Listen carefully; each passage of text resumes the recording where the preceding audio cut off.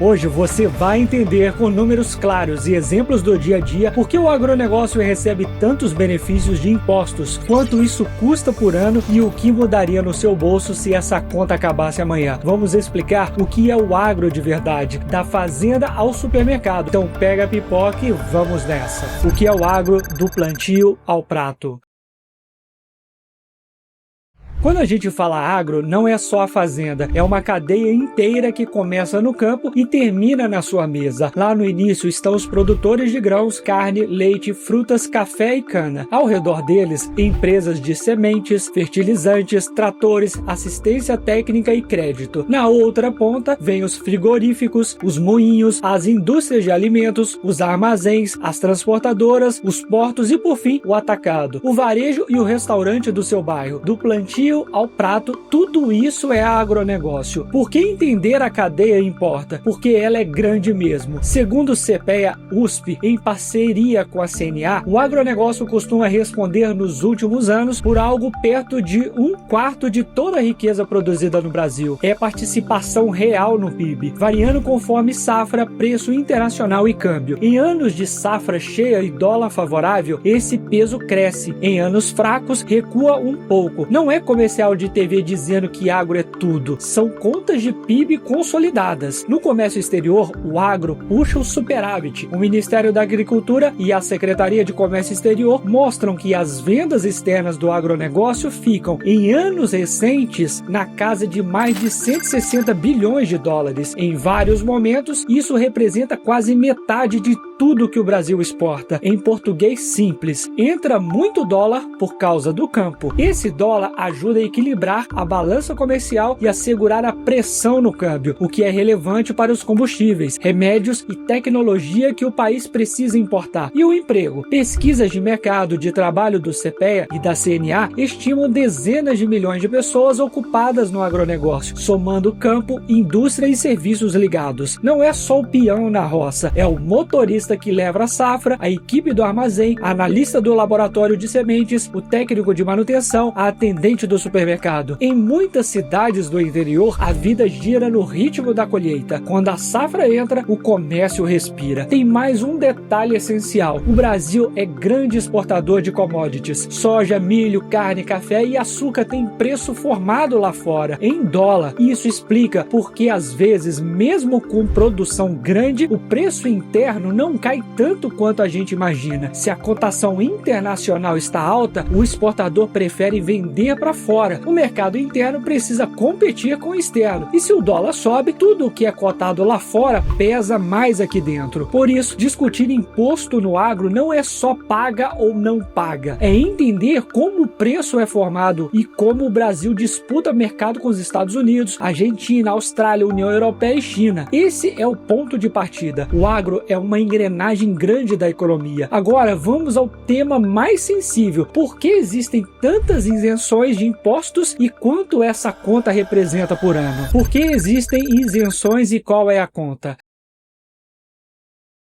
A primeira razão é a competitividade. Desde 1996, a Lei Candir isentou o ICMS na exportação de produtos primários e semi-elaborados. O objetivo foi claro: não punir quem vende para fora justamente no momento da exportação. Se o Estado cobrasse imposto pesado na saída, o produto brasileiro chegaria mais caro lá fora e perderia espaço para concorrentes. Ao tirar o imposto da exportação, o Brasil ganha fôlego para disputar o mercado. É por isso que grãos e carnes, por exemplo, saem do país sem ICMS na exportação. A segunda razão é o preço da comida aqui dentro. Ao longo dos anos, itens essenciais da cesta básica receberam desoneração de PIS e COFINS e alíquotas menores de ICMS. A ideia foi proteger o consumo de baixa renda. Se você carrega arroz, feijão, leite e pão de imposto, a gôndola fica mais pesada. Quando o governo abre mão de um pedaço do tributo desses itens, tenta conter a inflação inflação de alimentos e preservar o poder da compra de quem mais sente no fim do mês. A terceira razão são os insumos e os investimentos no campo. Tratores, colheitadeiras, máquinas, sementes e fertilizantes receberam, em diversas épocas, tratamento tributário favorecido. A lógica é reduzir custo de produção, turbinar produtividade e segurar o preço final. É a política do baratear a base para aumentar o volume e tornar a produção mais eficiente. A quarta razão envolve regimes e instrumentos financeiros. O Brasil usou por anos isenção em títulos de crédito do agronegócio e regras simplificadas para produtores menores. Em paralelo, o governo passou a cobrar mais transparência das empresas com a criação de uma declaração específica de benefícios fiscais. Isso escancarou quanto cada empresa de fato aproveita de incentivo e reforçou o debate sobre eficiência. O benefício está chegando a quem precisa ou ficando concentrado em elos muito poderosos da cadeia? E quanto essa escolha custa por ano? Segundo o Ministério da Fazenda, a renúncia fiscal ligada ao agronegócio gira, nos últimos anos, em torno de 158 bilhões de reais por ano. É a soma do que o Estado deixa de arrecadar ao conceder benefícios fiscais, reduzir tributos sobre itens essenciais, baratear insumos e oferecer incentivos financeiros. Para ter uma noção do tamanho, essa cifra é comparável ao orçamento anual de grandes programas sociais. É uma decisão de política pública. O governo abre mão desse dinheiro esperando retorno em produção, emprego, competitividade e comida mais acessível. Existe, porém, uma crítica muito concreta. Segundo declarações do próprio Ministério da Fazenda em audiências públicas, uma parte grande desse benefício não cai direto no bolso do produtor rural ou pessoa física. Esse 67%, disse o ministro, ficaria no meio do caminho, com intermediários financeiros e elos mais concentrados da cadeia. Além disso, a nova exigência de detalhamento pela Receita Federal mostrou que um volume relevante de benefícios se concentra em poucas empresas muito grandes, o que reacende a discussão sobre foco. Será que todas as isenções entregam retorno social e econômico compatível com o tamanho da renúncia? Também é verdade que o agro não está sozinho nessa fila. Segundo o Tribunal de Contas da União, o gasto tributário total do país, a soma de todas as renúncias em todos os setores, é gigantesco. O debate que cresceu com essa transparência toda não é corta tudo do agro, e sim o que faz sentido manter, o que precisa ajustar, o que deve acabar. Com a conta revelada, o país passou a discutir custo-benefício com menos achismos e mais dados. Muita gente olha para o agro e enxerga só o lucro dos grandes empresários e investidores. É comum ouvir que eles já ganham demais e que o governo devia cobrar mais impostos para reduzir o lucro dos ricos. Mas será que isso resolveria o problema? Esse sentimento vem da desigualdade que o brasileiro vê no dia a dia. Enquanto alguns acumulam fortunas, a maioria luta para pagar o básico. Mas é importante entender que o lucro alto em um setor não significa automaticamente que ele rouba do resto do país. O problema não é o agro ser lucrativo, e sim quando o sistema de incentivos não é transparente. Quando quem mais ganha recebe mais vantagem e quem mais precisa fica com migalhas. O caminho não é punir quem produz, e sim equilibrar o jogo para que os ganhos cheguem também a quem põe a mão na terra e ao consumidor que paga a conta no mercado. Se você gosta de vídeos documentários como esse, já se inscreva no canal, tem vídeo toda semana. E se as isenções acabassem amanhã?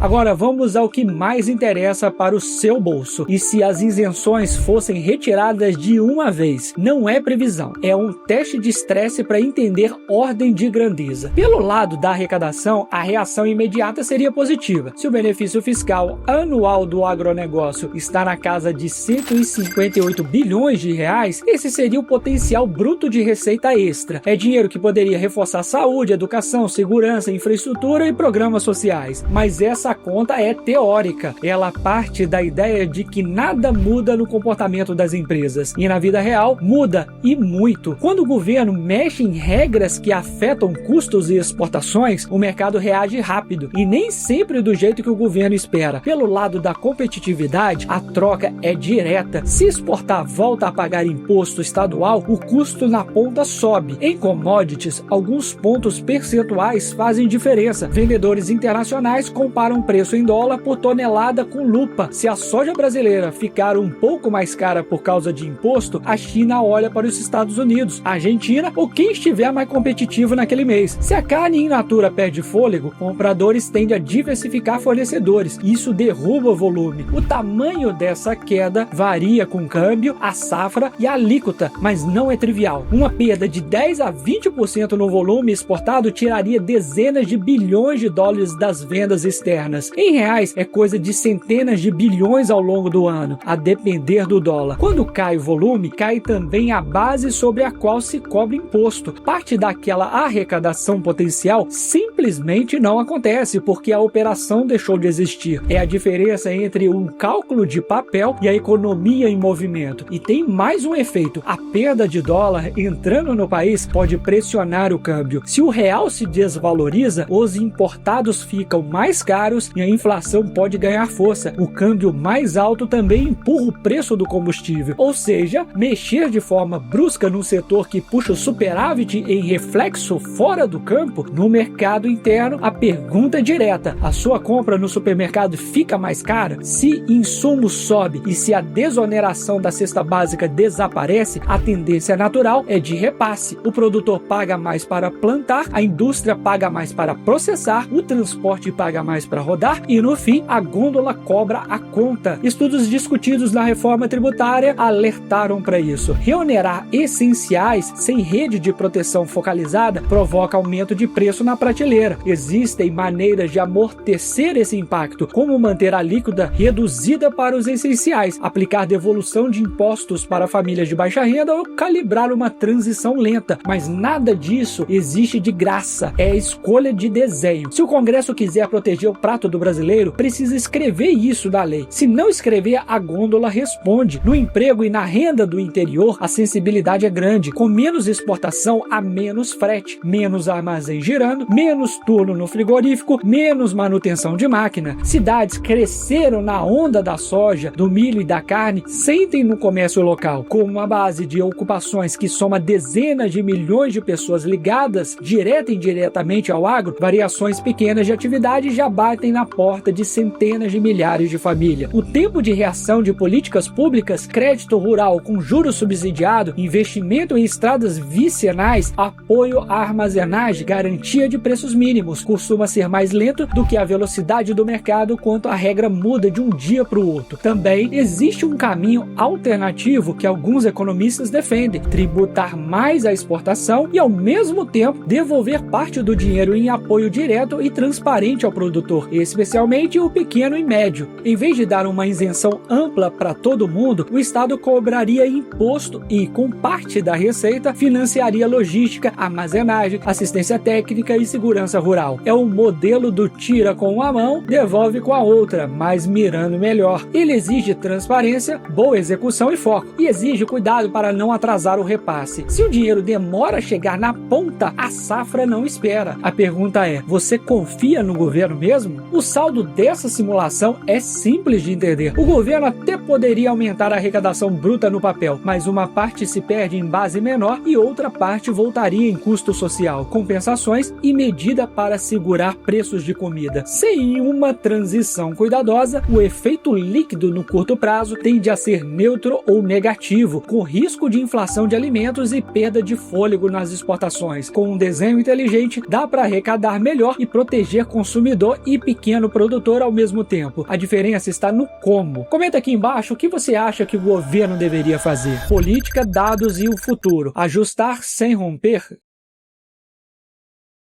Esse tema não é só de planilha, é de política. O agronegócio tem uma das bancadas mais fortes do Congresso. Quando o governo cogita mexer em crédito tributário, desonerações de essenciais, títulos do agro ou na própria Lei Candir, a resposta é imediata. Entidades do setor mobilizam, governadores pressionam, prefeitos reclamam da perda de ICMS e parlamentares levam ponto para a mesa de negociação. Vira disputa de prioridades. Ao mesmo tempo, órgãos de controle lembram que o país têm um volume enorme de gastos tributários e cobram avaliação de custo-benefício. O resultado costuma ser um meio termo negociado. Como comentar isso de forma neutra? A melhor maneira é olhar para os números e deixar que eles falem por si. O agronegócio tem peso real no PIB, nas exportações e no emprego. Segundo levantamentos do CPEA-USP, do Ministério da Agricultura e do CNA, a renúncia anual ligada ao setor fica na casa dos 158 bilhões de reais, conforme dados do Ministério da Fazenda. A Receita Federal passou a exigir uma declaração que tornou público o quanto as empresas se beneficiam, o que ajuda a distinguir o que traz retorno social do que se tornou privilégio concentrado. O tributo de contas da União aponta que a renúncia total do país é muito alta e precisa ser revista com critério técnico. A reforma tributária também acendeu um alerta. Reonerar produtos essenciais sem proteção adequada mexe direto no preço da comida. Com todas essas informações, a discussão sai do confronto agro-vilão versus agro-herói e entra no que realmente importa: ajustar políticas para proteger quem precisa, cortar o excesso onde há sobra e manter o Brasil competitivo. Quais ajustes práticos dão para discutir sem prejudicar o consumidor e sem desmontar a competitividade externa? O primeiro é proteger a comida da família. É possível manter alíquotas reduzidas ou devolver imposto de forma focalizada para o arroz, feijão, leite, óleo e pão, garantindo que o básico não encareça por causa de mudança tributária. O segundo é mirar no pequeno e no médio. Em vez de renúncia ampla, o Estado pode ampliar crédito barato, assistência técnica, seguro rural e uma rede de armazenagem local que permita ao produtor vender melhor. O terceiro é revisar benefícios concentrados nas pontas mais fortes da cadeia, como trading e grandes agroindústrias exportadoras, subindo um grau na tributação onde há gordura para absorver sem perder a competição internacional. O quarto é atacar o custo Brasil de verdade: estrada vicinal, ponte, ferrovia, porto, armazém e digitalização. Cada real bem investido em logística reduz custo por muitos anos, e isso vale mais do que uma isenção que some